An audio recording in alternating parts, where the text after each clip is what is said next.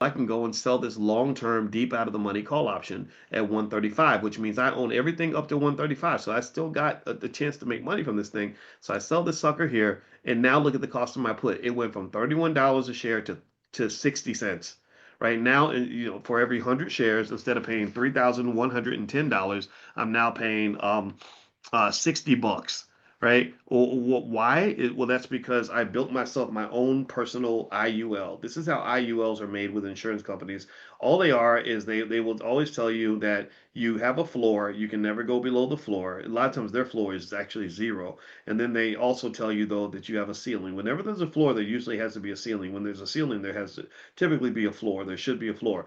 So here, we've got a ceiling and a floor. The ceiling is the call that I sell. If you don't know how options work, I encourage you to consider it because it's really a great way to make extra income. But you can sell everything above 135 and then use that to fund your put.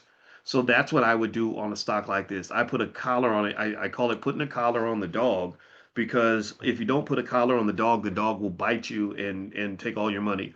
And that's what can happen if you decide to participate with a stock like AAOI after everybody loves it. So here's the thing if you if you enjoy buying these stocks after everybody gets there, you can still do it, but you can't go in the way everybody else is going to go in. The way everyone else is going to go in is they're just going to buy it and hope for the best. And then what will happen is it always happens like this. It feels like a pump and dump situation. So this stock that's up to 94 because it's very popular right now and the internet's gotten really excited about it. It's probably there's a good chance it's overpriced and it got ahead of itself. So when a stock gets ahead of itself, then odds are that it's going to pull back down to earth a little bit and it's going to feel like a crash, but it's really not a crash. It's really a correction.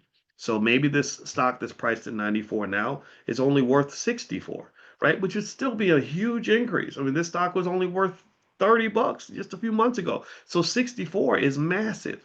But 64 may be the correct price. So if you come in and you buy 94, you lose 30 bucks, as the stock decides to suddenly level itself off and become more mature. So ultimately, I would personally say if you participate with that stock, I would use options to kind of calibrate my risk a little bit. All right, so moving on, let's jump back in.